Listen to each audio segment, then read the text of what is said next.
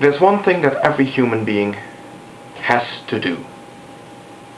And it's not just something simple like breathing, eating or sleeping. No, it's something more fundamentally human as opposed to other life forms. And that is that we all as human beings interact with other human beings in this thing that we call a society. Everybody does it, or at the very least, everybody will have done it for a significant portion of their lives, even if then they might have decided to, for example, become hermits and separate themselves from the rest of society. They will have still grown up in a society. All human beings do this. It's what makes us unique. And as a result, we have evolved many different ways of interacting with other human beings at many different levels.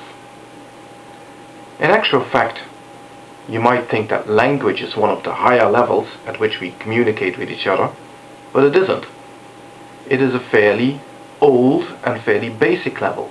Language isn't an invention of Homo sapiens.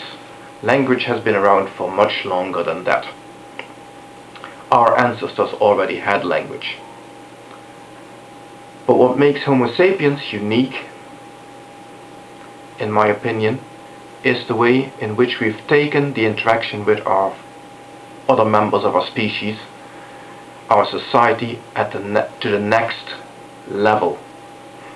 And we've done this in many different ways. We've done this, for example, through art forms. We've got music, we've got visual types of arts, we've got poetry, and so on and so forth. Those things are beautiful. Not in some sort of objective sense, but in a real sense, because we humans have evolved to find those things beautiful because we use them to interact with other humans. They are beautiful because we find them such. But even there we haven't stopped. We have started interacting with each other at even better levels. At even more complex levels. We've got the level of law, for example, in which we all interact with each other in society. And then we've got one level which is really close to my heart and which I think is the most beautiful level of all. And that's science. Yes, science is a means by which we humans can reach out to each other across barriers that would otherwise stop us. Art can't cross certain cultural barriers. Language can't cross many, even closer barriers than that. Language is a real divide. But science crosses any barrier, crosses any divide. It can't be stopped that way. Through the method of science, I can communicate to you the sheer pleasure, the sheer delight of having found out how something works. There's no mechanism that comes even close to this, in my opinion, in its sheer, powerful beauty. And that is the reason, that is the purely emotional reason why I have to continuously keep opposing anything that is anti-scientific. From fundamentalist religion to nonsensical pseudo-history to the absurdness of conspiracy theories. They're all inherently anti-scientific.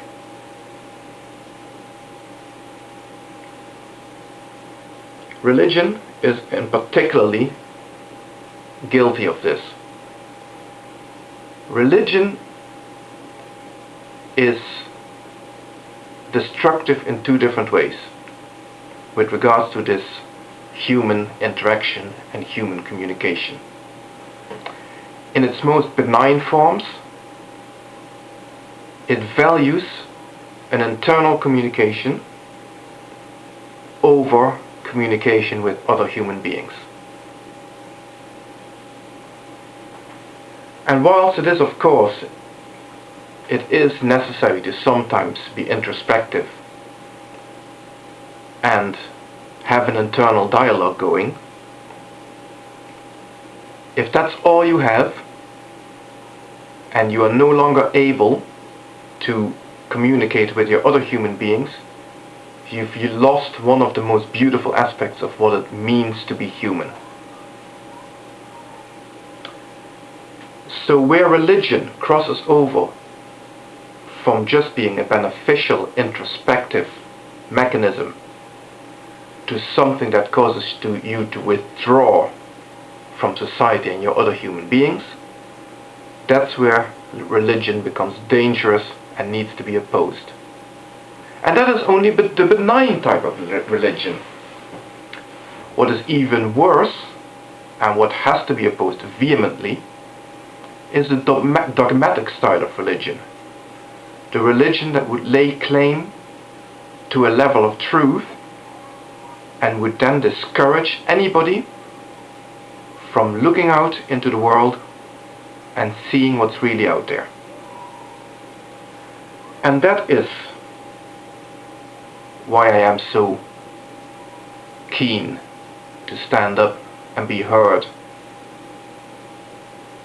and denounce fundamentalism whenever I see it.